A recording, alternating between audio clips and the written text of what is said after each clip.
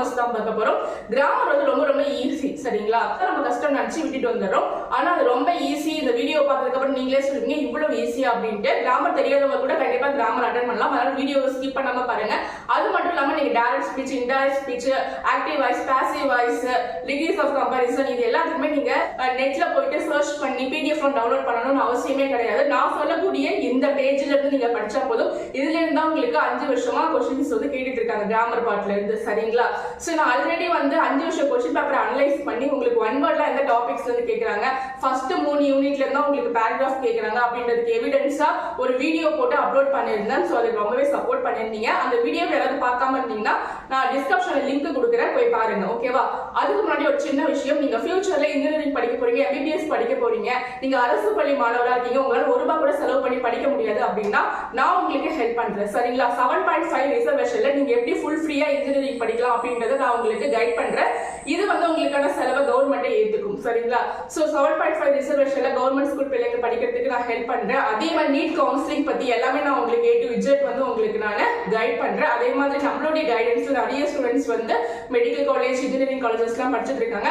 நீங்க private school பிள்ளைங்களா இருந்தாலும் கூட நீங்க வந்து மெரிட் ஸ்காலர்ஷிப்ல படிக்கிறது எப்படி, அதாவது மெரிட் ஸ்காலர்ஷிப் அப்படின்னா நிறைய மார்க் கட் ஆஃப் நல்லா வாங்கிட்டீங்க அப்படின்னா உங்களுக்கு வந்து ஃபுல் ஃப்ரீயாவே காலேஜஸ்ல வந்து சீட் கொடுப்பாங்க. அந்த மெரிட் ஸ்காலர்ஷிப் எந்தெந்த காலேஜஸ்ல அவைலபிள், காலேஜ் வந்து நல்ல டாப் காலேஜ் எது, அட்டானமஸ் காலேஜ், இது எல்லாமே நான் உங்களுக்கு A to Z சொல்ல போறேன், சரிங்களா? அதனால வீடியோவை ஸ்கிப் பண்ணாம பாருங்க. இது எல்லாமே நான் உங்களுக்கு A to Z சொல்லி கைட் பண்ணுவேன். அதனால நம்மளுடைய வாட்ஸ்அப் குரூப்ல மறக்காம ஜாயின் பண்ணிக்கோங்க. உங்க ஃப்ரெண்ட்ஸுக்கும் மறக்காம இந்த குரூப் லிங்கை ஷேர் பண்ணி விட்டு அவங்களுடைய ஃபியூச்சருக்கும் நீங்க ஹெல்ப் பண்ணுங்க, சரிங்களா? வாங்க நம்ம கண்டென்ட்டுக்கு போலாம். சோ இங்கிலீஷ் கிராமரை பொறுத்த வரைக்கும் பாத்தீங்கன்னா இந்த மாதிரி கேட்பாங்க. தெரியாதவங்க கூட இந்த பார்ட் ஈஸியா அட்டெண்ட் பண்ணிட்டு வரலாம், சரிங்களா? begin with where should I had இந்த டாபிக்ல இருந்து கண்டிப்பா क्वेश्चन கேட்பாங்க. இத பாருங்க, if an angel were to tell me such a thing of her I would not believe it அப்படின்னு இருக்கு இல்லையா? சோ இதுல வந்து பாத்தீங்கன்னா begin with where அப்படின்னு கொடுத்தாங்கன்னா if எடுத்துட்டு, ஓகேவா, இந்த if எடுத்துட்டு where போடணும். இந்த வேர் வந்து திருப்பி எங்கேயாவது கண்டினியூ ரிப்பீட் ஆகுதான்னு பார்க்கணும். இந்த சென்டென்ஸ்ல வேர் திரும்பி எங்கேயாவது கண்டினியூ ஆகுதான்னு பார்க்கணும். சோ எங்க ஆகுதுன்னா இங்க, சரிங்களா? இந்த சென்டென்ஸ்ல வேர் திரும்பி ரிப்பீட் ஆகுது. சோ அப்ப இந்த வேர் எடுத்துடணும், சரிங்களா? இந்த if எடுத்துட்டு வேர் போட போறீங்க. begin with where கேட்டாங்கன்னா if எடுத்துட்டு வேர் போட போறீங்க. திருப்பி வேர் எங்க இருக்குன்னு பார்த்துட்டு அதை வந்து நீங்க கேன்சல் பண்ணிட்டு அந்த சென்டென்ஸை ஃபார்ம் பண்ணி எழுதணும், சரிங்களா? நம்ம என்ன இது கேட்டுட்டாங்களோ அதை ஒன் டைம் தான் யூஸ் பண்ணணும். இப்போ begin with where கேட்டாங்கன்னா வேற ஒன் டைம் தான் யூஸ் பண்ணணும்.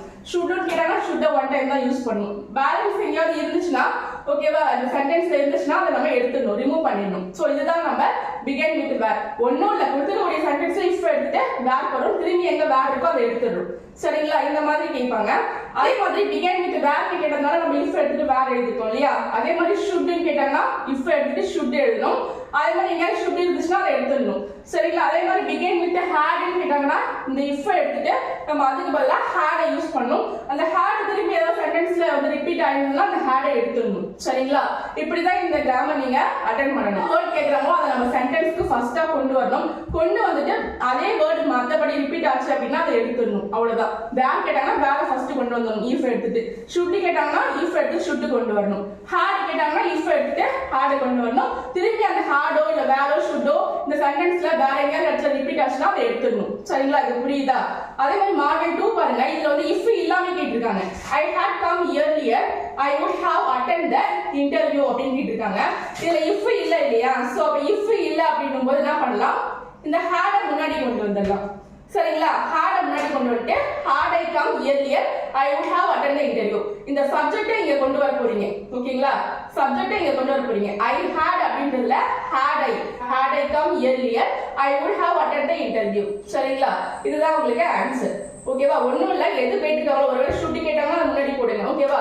என்ன கேட்டிருக்காங்களோ அதை தூக்கி முன்னாடி போட்டு, ஓகேவா, என்ன கொடுத்துருக்காங்களோ had கொடுத்திருந்தாலும் சரி, இல்ல should கொடுத்திருந்தாலும் சரி, இல்ல where கொடுத்திருந்தாலும் சரி, அதை தூக்கி முன்னாடி போட்டுட்டு ஐய தூக்கி பின்னாடி போடணும், சரிங்களா? பாத்தீங்கன்னா if you should need my help again just give me a thing இருக்கு. இதுல என்ன பண்ணணும், if மட்டும் ரிமூவ் பண்ணணும். if ரிமூவ் பண்ணிட்டு should தூக்கி முன்னாடி போடணும், you தூக்கிட்டு செகண்ட் வேர்டா போடணும், சரிங்களா? should ஃபர்ஸ்ட் வேர்டாவும் you செகண்ட் வேர்டாவும் போட்டுட்டு இந்த சென்டென்ஸ் அப்படியே பார்த்து எழுத வேண்டியதுதான், சரிங்களா? you should அப்படின்றத should I யூ ஷுட் அப்படின்றத should you need my help again just give me a ring அப்படின்னு எழுதணும். சரிங்களா? ஒன்றும் இல்லை, இதில் வந்து if கொடுக்கல, அதனால இந்த ஹேட தூக்கி முன்னாடி போட்டு ஐ தூக்கி முன்னாடி போட்டு எழுதுறோம். இதில் if கொடுத்துட்டாங்க, அதில் if எடுத்துட்டு should தூக்கி முன்னாடி போடணும், give தூக்கி பின்னாடி போட்டுட்டு NEET my help again just give me a ring அப்படின்னு சொல்லிட்டு எழுதணும். சரிங்களா? கிராமர் தெரியாதவங்க கூட இதை நீங்க அட்டெண்ட் பண்ணலாம். ஸோ அந்த மாதிரி பாருங்க, வேர் ஷுட் ஹேட் இதை யூஸ் பண்ணி இந்த சென்டென்ஸ் கேட்பாங்க. அதே மாதிரி மாடல் 3ல வந்து பாத்தீங்கன்னா unless யூஸ் பண்ணி ஒரு சென்டென்ஸ் கேட்பாங்க. சரிங்களா? unless யூஸ் பண்ணி சென்டென்ஸ் கேட்பாங்க. unless we plant more tree we cannot save our planet அப்படின்னு கொடுத்துட்டாங்க. சரிங்களா? இந்த மாதிரி unless கேட்டாங்கன்னா என்ன பண்ணணும் அப்படின்னு பாத்தீங்கன்னா unless தூக்கிடணும்.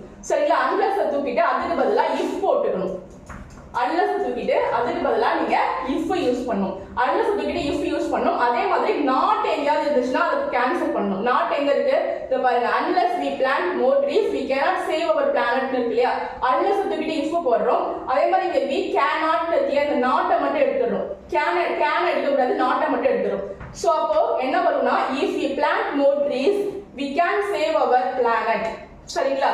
சோ அதே மாதிரி இங்க பாருங்க, you will not reach your goal unless you chase your dream அப்படின்னு கொடுத்திருக்காங்க இல்லையா? சோ இதுல வந்து பாத்தீங்கன்னா you will not reach your goal, not எடுத்துறணும்னு சொன்னேன் இல்லையா? அப்ப not இங்க இருக்கு, not எடுத்துறணும். unless இருக்கு, இதை எடுத்துட்டு if போடணும். சரிங்களா? அப்ப you will reach your goal if you chase your dream. சரிங்களா? வேர் ஷுட் ஹேட் யூஸ் பண்ணி கிராமர் சென்டென்ஸ் கொடுத்தாங்க, நீங்க இப்படி தான் அட்டெண்ட் பண்ணணும். கிராமர் தெரியாதவங்க கூட ஈஸியா அட்டெண்ட் பண்ணலாம், அந்த அளவுக்கு ஈஸி தான். சரிங்களா?